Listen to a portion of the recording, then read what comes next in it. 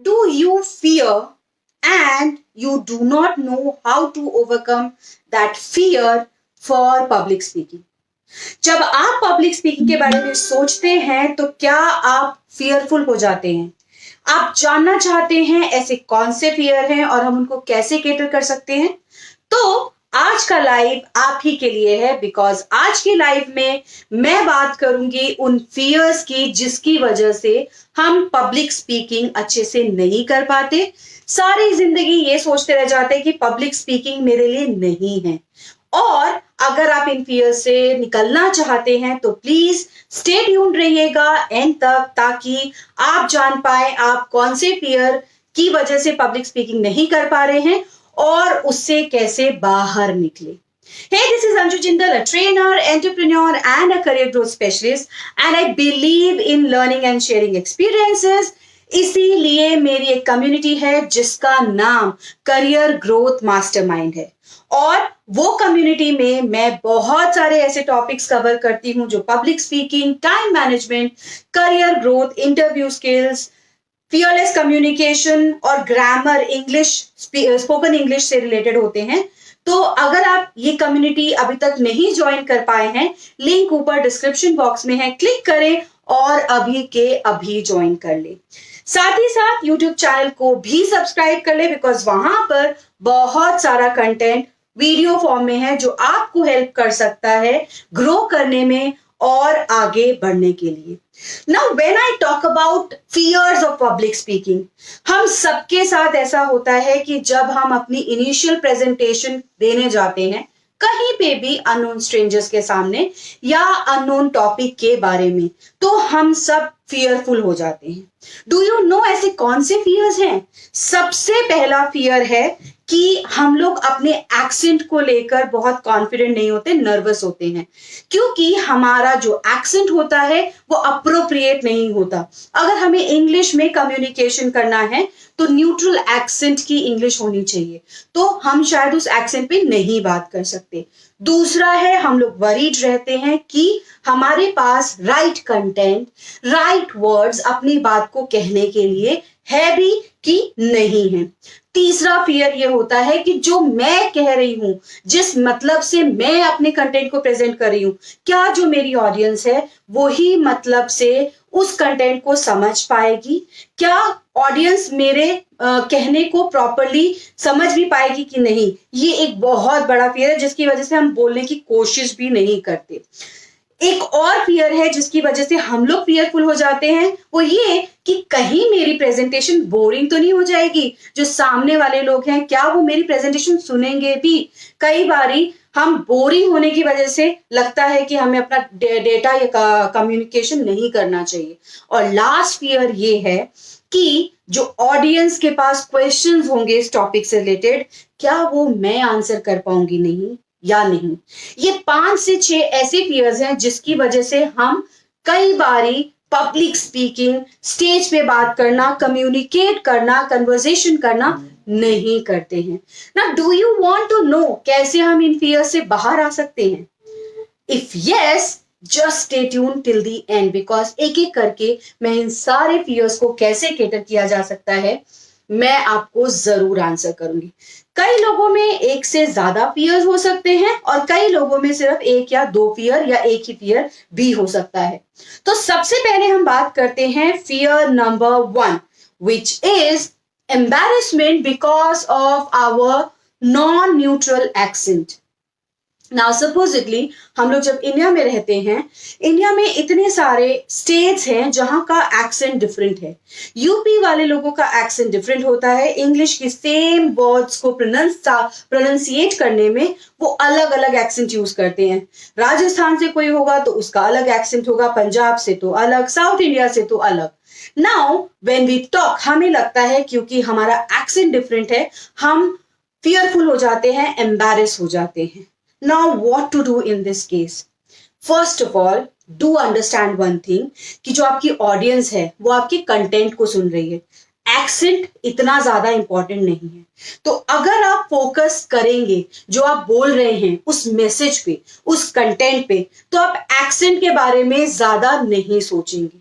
दूसरी चीज, धीरे धीरे मैं ये नहीं कह रही कि प्रॉपर एक्सेंट में आ जाइए, बट न्यूट्रल एक्सेंट की तरफ बढ़ना शुरू कीजिए. So learn the neutral accent. उसके लिए अगर आपको चाहिए तो एक लिंक है जो मैं डिस्क्रिप्शन बॉक्स में डाल दूंगी. आप वो एक्सेंट न्यूट्रल इंग्लिश के लिए अगर चाहें तो सीख सकते हैं. दो ही तरीके हैं. Do not just stop yourself from doing public speaking because you do not have a neutral accent. Just go for it. जो गलतियां होंगी, जो मिस्टेक्स होंगी, जहां पर आप कर रहे हैं वो आप इंप्रूव करिए.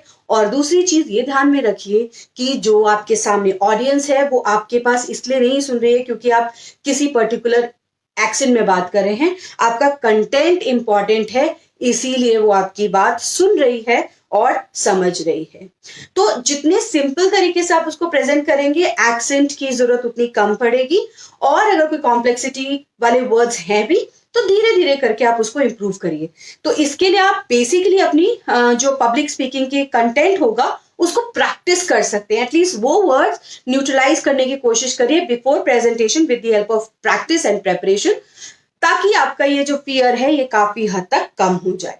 दूसरा फियर जो होता है, ये भी बहुत लोगों के अंदर होता है कि I do not have the right words. मेरे को पता तो है मुझे क्या बोलना है, बैक साइड ऑफ माइंड में सब कुछ है, बट जब मैं बोलना शुरू करती हूँ मुझे पता ही नहीं रहता कि अब आगे क्या बोलूं. वो मुंह से बाहर नहीं निकलता. If this is what is happening with you, then this happens with many of us. Why does this happen? The reason is we do not prepare our content. Our vocabulary is not enriched. इसका सिर्फ एक ही तरीका है. जिस भी topic पे आपको बात करना है उसके लिए प्रॉपर नॉलेज गेन करके उसकी वोकैबुलरी, जो जो टॉपिक आपको बात करना है, कंटेंट जो है उससे रिलेटेड वर्ड्स को आप जरूर लर्न कर लीजिए.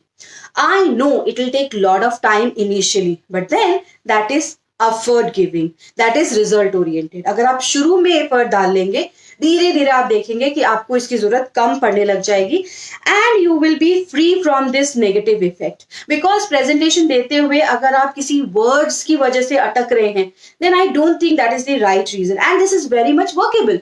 तो जो चीज काम करी जा सकती है उसके लिए क्यों रुकना. Just start working on it. एक टाइम पर एक प्रेजेंटेशन के कुछ वर्ड्स के साथ काम करिए, फिर नेक्स्ट टाइम कुछ और न्यू वर्ड्स के साथ. याद रखिए यहां पर की ये है कि सिंपल वर्ड्स पे फोकस करिए इनिशियली. धीरे धीरे सीखे. Don't try to fasten your belt and get into the aeroplane mode in the initial phase. धीरे धीरे करिए ताकि आप उस पे इंप्रूवमेंट भी देख पाए. तीसरा फियर है कि जो मैं कंटेंट प्रेजेंट कर रही हूं क्या वो बोरिंग तो नहीं हो जाएगा, या वो सामने वाले को समझ में भी आएगा कि नहीं. ये थर्ड और फोर्थ फियर है. Now remember one thing. First of all, if you talk about the content, अगर आपने उसको बताते समय एप्रोप्रिएट एग्जाम्पल्स, एप्रोप्रिएट एक्सप्लेनेशन का यूज किया है, रियल लाइफ इश्यूज और एग्जाम्पल्स का यूज किया है, तो सामने वाले को वो समझ में आएगा. उसके लिए आप इलिस्ट्रेशंस, एग्जाम्पल्स, प्रॉप्स ये सब का यूज कर सकते हैं ताकि सामने वाला इंसान अच्छे से समझ पाए. अपने कंटेंट को लॉजिकली डिवाइड करें. जो भी टॉपिक आपको प्रेजेंट करना है उसको 3 पार्ट्स में डिवाइड करें. सबसे पहले इंट्रोडक्शन होना चाहिए. क्या टॉपिक आपको प्रेजेंट करना है, वो टॉपिक किसके लिए इंपॉर्टेंट है, क्यों इंपॉर्टेंट है, तो इशू को सबसे पहले रेज करिए. फिर उसके बाद उसको properly step by step explain करिए. मिडिल वाले पोर्शन में ज्यादा टाइम इसको जाएगा. और लास्ट में कंक्लूड करते हुए समराइज करिए कि why you presented this topic और मेन पॉइंट्स जो हैं. अगर आप ये पैटर्न फॉलो करेंगे then you will see the content will be understandable by others. तो अब जैसे मैं प्रेजेंटेशन अगर दे रही हूँ एक टॉपिक पे जो फियर्स के बारे में, तो पहले मैंने इंट्रोडक्शन दिया कि मैं आज फियर्स के बारे में बात करूंगी. फिर मैं एक एक करके फियर के बारे में एक्सप्लेन कर रही हूँ and then probably at the end I'll conclude it. So third fear का जो कि है कि कंटेंट कहीं बोरिंग ना हो जाए, सिर्फ एक ही तरीका है कि आप उसके लिए एक प्रॉपर लॉजिकल ऑर्डर बना लीजिए और एप्रोप्रिएट मीडियम का यूज करिए उसको प्रेजेंट करने के लिए. चौथा फियर वो ये है कि जब आप कंटेंट प्रेजेंट करेंगे कहीं वो ऐसा तो नहीं होगा कि बोरिंग हो जाएगा. तो बोर होने का रीजन क्या है? The method is not right. सबसे पहली टिप इसके लिए ये है कि जब आप अपने टॉपिक को शुरू करें, हुक अप लाइन का यूज करिए. Start the topic by putting your effort to press the needs of the audience. जैसे मैंने जब टॉपिक स्टार्ट किया, मैंने सबसे पहले पॉइंट क्या शेयर किया कि आपके फियर्स क्या हैं पब्लिक स्पीकिंग को लेकर।